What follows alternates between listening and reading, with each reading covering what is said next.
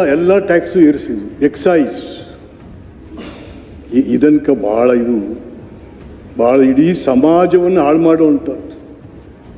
Exercise ಎಷ್ಟು ಸಾರಿ ಏರಿಸಿದ್ರಿ ಸ್ವಾಮಿ ನೀವು? ಒಂದು ಬಿಯರ್ ಬಾಟ್ಲಿಗೆ ಎಷ್ಟು ಸ್ವಾಮಿ ದುಡ್ಡು ಇವತ್ತು? 230 ರೂಪಾಯಿ ಒಂದು ಬಿಯರ್ ಬಾಟ್ಲಿ. ಮುಖ್ಯಮಂತ್ರಿಗಳಿಗೂ ಗೊತ್ತು, ನಾವೆಲ್ಲ ಜೊತೆಲಿ ಓದಿದವರು.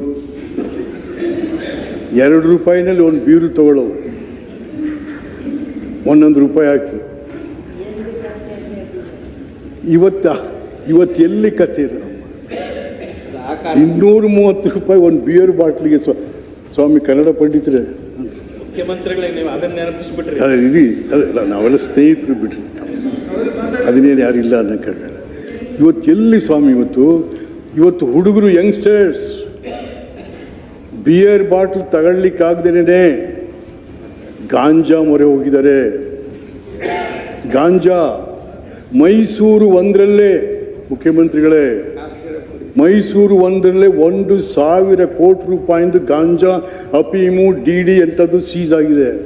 ಯಾರು? ನಮ್ಮ ಪೊಲೀಸ್ನವರೆಲ್ಲ, ಗುಜರಾತ್ ಪೊಲೀಸ್ನವರು, ಮಹಾರಾಷ್ಟ್ರ ಪೊಲೀಸ್ನವ್ರು ಬಂದು ಇಲ್ಲಿ ಹಿಡಿದಿದ್ದಾರೆ. ನಮ್ಮ ಪೊಲೀಸ್ನವ್ರು ಅವ್ರು ಕಲೆಕ್ಷನ್ ಮಾಡ್ಕೊಂಡು ಸುಮ್ಮನಿದ್ದಾರೆ. ಎಲ್ಲಿ ಕೊಟ್ಟು ಸಮಾಜ ಎಲ್ಲಿಗೆ ಹೋಯ್ತು ಸರ್? ನೀವೇನಾದರೂ ಕೆಡಿಸಿ ಯುವ ಜನಾಂಗವನ್ನು ಬಲಿ ತಗೋತಾ ಇದೆ ಸರ್ಕಾರ. Is very dangerous, very dangerous. ಎಲ್ಲಿದ್ದೀವಿ ನಾವು? ಹೆಂಡ ಸಾರ ಇದ್ವಿ, ಯಶೋಧರಮ್ಮ, ದಾಸಪ್ಪ ಇದ್ವಿ, ನಿಜಲಿಂಗಪ್ಪನವರ ಕಾಲದಲ್ಲಿ ನಮ್ಮ ಒಕ್ಕಲಿಗರ ಹೆಣ್ಮಗಳು ಸಮಾಜ ಕಲ್ಯಾಣ ಮಂತ್ರಿ ನಿಜಲಿಂಗಪ್ಪನವ್ರಿಗೆ ಬಂದು ತಮ್ಮ ರಾಜೀನಾಮೆ ಬಿಸಾಕ್ತಾರೆ. ತಗೊಳ್ಳಿ ನಿಮ್ಮ ರಾಜೀನಾಮೆ, ನನಗೆ ಬೇಡ. ಜನಕ್ಕೆ ಹೆಂಡ ಸಾರಾಯಿ ಕುಡಿಸಿ ಈ ರಾಜ್ಯ ನಡೆಸ್ಬೇಕಂದ್ರೆ ತಗೋ ರಾಜೀನಾಮೆ. 1964ನೇ ಇಸ್ವಿ ಬ್ಯಾನ್ ಆಗುತ್ತೆ. ನೀವು ಬ್ಯಾನ್ ಮಾಡಿ ಅಂತ ಕೇಳಿದ್ರೆ ಬ್ಯಾನ್ ಮಾಡಲಿಕ್ಕೂ ಆಗಲ್ಲ. ಬಟ್ ಇದು ಈ ಇಲಾಖೆನ ನೀವು ಈ ಇಲಾಖೆನ ತಗೊಂಡು ಸಿಕ್ಕಾಬಿಟ್ಟೆ ನೀವು. ಯಾಕೆಂದರೆ ಚಟ ಸ್ವಾಮಿ, ಇದು ಚಟ. ಅವ್ರಿಗೂ ಗೊತ್ತಿದೆ, ಮುಖ್ಯಮಂತ್ರಿಗಳಿಗೆ ಎಲ್ಲರಿಗೂ ಗೊತ್ತಿದೆ. ನಮ್ಮ ಹಳ್ಳಿಲಿ ಗದ್ದೆ ಉಳ್ತಾ ಇರ್ತಾನೆ, ಬೀಡಿ ಇರ್ತದೆ, ಬೆಂಕಿ ಪಟ್ಟ ಇರೋದಿಲ್ಲ ಅವನ ಹತ್ರ. ಬೆಂಕಿ ಪಟ್ಟಕ್ಕೆ ಉಳೋದು ಬಿಟ್ಟು 2 ಕಿಲೋಮೀಟ್ರ್ ಹೋಯ್ತಾನೆ ಚಟ ಏನೂ ಮಾಡೋಕ್ಕಾಗಲ್ಲ. ಆ ಚಟ ತೀರಿಸ್ಕೊಳ್ಳೋಕೆ ಏನಾಗುತ್ತೆ ಇವಾಗ? ಮನೇಲಿ ಕೋಳಿ ಮಾರ್ತಾನೆ, ದನ ಮಾರ್ತಾನೆ, ಅದು ಮಾರ್ತಾನೆ, ಇಡೀ ಫ್ಯಾಮಿಲಿನೇ ಹಾಳಾಗೋಗ್ಬಿಟ್ಟಿದೆ. ಅದನ್ನು ದಯವಿಟ್ಟು ನೀವೇನಾದ್ರು ಏನಾದ್ರು ಏರಿಸ್ಕೊಡಿ. ಇದು ಏರಿಸ್ಬಿಟ್ಟಿದೆ, ಟಾರ್ಗೆಟ್ ಜಾಸ್ತಿ ಆಗಿದೆ. 40,000 ಕಡಿಮೆ ಮಾಡಿ. The government is expecting 47 crores by the excise. ಎಲ್ಲಿ ಸ್ವಾಮಿ? ನೋ. ಹಾಗಾಗಿ ಮತ್ತೆ ಇದ್ರ ಬದಲು ರಿಯಲ್ ಎಸ್ಟೇಟ್ ಹಾಕಿ. ಏನು ಸ್ವಾಮಿ ಇವತ್ತು ರಿಯಲ್ ಎಸ್ಟೇಟ್ ದಂಧೆಗಳು? ರಿಯಲ್ ಎಸ್ಟೇಟ್ ಎಲ್ಲ MLA ನಾವೆಲ್ಲ ರಿಯಲ್ ಎಸ್ಟೇಟ್, ಮಂತ್ರಿಗಳು ರಿಯಲ್ ಎಸ್ಟೇಟ್ ಎಲ್ಲ ಹಾಕಿ ಅವ್ರ ಮೇಲೆ tax hockey. Department of tax and properties ಅಂತ ಮಾಡಿ ಅವ್ರಿಗೆ ಟ್ಯಾಕ್ಸ್ ಹಾಕಿ. ಇಲ್ಲಿ ಯಾಕೆ ಹಾಕಿ ಹುಡುಗರೆಲ್ಲ ಸಾಯಿಸ್ತಾ ಇದ್ದೀರಿ, ಯುವ ಜನಾಂಗ ಕೊಲೆ ಮಾಡ್ತಾ ಇದ್ದೀರಾ? ಪ್ಲೀಸ್ ದಯವಿಟ್ಟು ನಾನು ಮುಖ್ಯಮಂತ್ರಿಗಳಲ್ಲಿ, ಹಣಕಾಸು ಮಂತ್ರಿಗಳಲ್ಲಿ ಕೇಳ್ಕೊಳ್ಳೋವಂಥವ್ರು, ದಯವಿಟ್ಟು ಇದನ್ನು ತಾವು. ಮತ್ತು ಇನ್ನು ಸ್ವಾಮಿ, ನಾನು ಹೆಚ್ಚಿಗೆ ಮಾತಾಡಲ್ಲ. ಮೀಸಲಾತಿ ಒಂದು ಗೊಂದಲ ಆಗೋಗಿದೆ. ಮೀಸಲಾತಿ 2015ರಲ್ಲಿ 14ರಲ್ಲಿ ಜಾತಿವಾರು ಜನಗಣತಿ ನೀವೇ ಮಾಡಿತ್ತು. ಜಾತಿವಾರಿ ಜನಗಣತಿ ಅಂದರೆ ಒಂದು ಜಾತಿದಲ್ಲ, ಅದು ಕರ್ನಾಟಕ ರಾಜ್ಯದಲ್ಲಿ ಬದುಕಿ ಬಾಳುವ ಎಲ್ಲ ಜಾತಿ ಜನಾಂಗ ಧರ್ಮ ಭಾಷಿಕರ ಗಣಕ. ರಿಪೋರ್ಟ್ ಕೊಟ್ಟರು, ಏನಾಯಿತು? ಅಟ್ಲೀಸ್ಟ್ ರಿಸೀವ್ ಆಗಲಿಲ್ಲ, ಅದು ಡಿಸ್ಕಷನ್ ಆಗಲಿಲ್ಲ. 10 ವರ್ಷಗಳ ಕಾಲ ಹಾಸಿಗೆ ಕೆಳಗೆ ಹಾಕಿ ಮಲಗಿಬಿಟ್ರಿ ಅಂತ. ಆಮೇಲೆ ಅದಕ್ಕೆ ಬೆಸೆ ಹಾಕಿ ತೆಗೆದು ಅಂತ ಈಗ ತಿರುಗಿ ಮಾಡಿದ್ರಿ. ಅದಕ್ಕೆ 47 ಎಷ್ಟು 470 ಕೋಟಿನೋ ಈಗ ಮಾಡ್ತಾ ಇದ್ದೀರಾ. ಒಳ ಮೀಸಲಾತಿನ ಜಸ್ಟಿಸ್ ನಾಗಮೋಹನ್ ಒಂದು ರಿಪೋರ್ಟ್ ಕೊಟ್ಟರು. ಆ ರಿಪೋರ್ಟ್ನ ಬದಲಾವಣೆ ಮಾಡಿದ್ಯಾರು? ತಾವೇ. ಇವತ್ತು ಗೊಂದಲಾಗಿದೆ.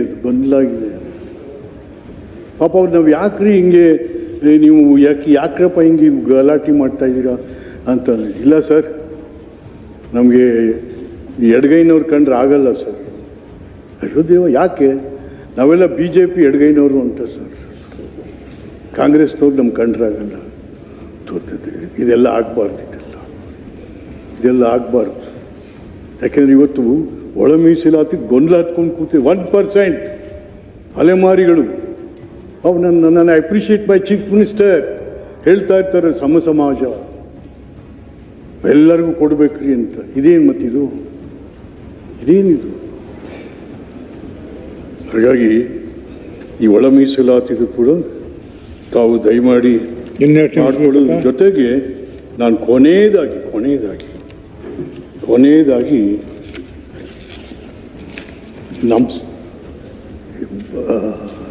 ನಮ್ಮ ಇದ್ರ ಮೇಲೆ ನಮ್ಮ ವೃತ್ತಿ.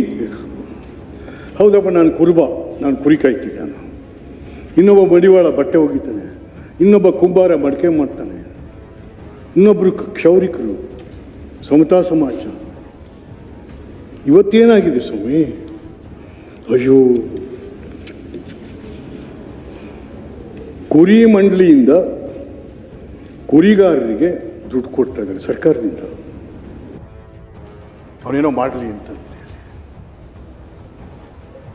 ಎಲ್ಲ ಕಡೆನೂ ಸಂಘಗಳಿದ್ದಾವೆ, ಕುರಿ ಮಂಡಳಿ ಸಂಘಗಳು. ಅದು ಬಿಟ್ಟರು ಆ ದುಡ್ಡು ಕೊಡೋಕ್ಕೆ ಯಾರಿಗೆ ನೇಮಿಸಿದ್ದಾರೆ? ಈಗ MLAಗಳಿಗೆ ಕೊಟ್ಟಿದ್ದಾರೆ. ಈಗ MLAಗಳು ಏನು ಮಾಡ್ತಾರೆ? ಕುರಿ ಕಾಯೋನು ಮರೆತು ಬಿಡ್ತಾರೆ ಅವರು. ಇನ್ಯಾರಿಗೂ ಕೊಟ್ಕೊಂಡು ಹೋಯ್ತಾ ಇರ್ತಾರೆ ಅವ್ರ ಪಾಡ್ಗೆ. ಯಾಕೆ ಬೇಕಾಗಿತ್ತು? ಕುರಿ ಮಂಡಳಿ ಇದೆ, ಸಂಘಗಳಿದ್ದಾವೆ. ಮತ್ತು ಅದ್ರ ಜೊತೆಗೆ ಇವತ್ತು ಎಷ್ಟಿದೆ ಸರ್ ಇಲ್ಲಿ? 1,20,00,000 ಕುರಿ ಆಡುಗಳಿದ್ದಾವೆ. ಬರೀ ಕುರುಬ ಒಬ್ಬನೇ ಇಲ್ಲ ಕುರಿ ಸಾಕವನು, ಬ್ರಾಹ್ಮಣರಾದಿಯಾಗಿ ಮನೇಲಿ ಇಟ್ಕೊಂಡಿದ್ದಾರೆ ಇವತ್ತು ನಮ್ಮ ಹಳ್ಳಿಗಳಲ್ಲಿ. ಎಲ್ಲ ಜಾತಿ ಜನಾಂಗದವರು ಕೂಡ ಕುರಿ ಮತ್ತು ಆಡನ್ನು ಕಾಯ್ತಾರೆ. ಲಾಭದಾಯಕ.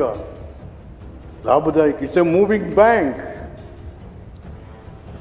ಇವತ್ತೇನಾಗಿದೆ ಅದಕ್ಕೆ? ಕುರಿ ಕಾಯೋ ಕತೆ ಏನಾಗಿದೆ? ಕುರಿ ದಿಸ್ ಇಸ್ ಎ ಪ್ರೊಫೆಷನ್. ಎಷ್ಟು ಜನ?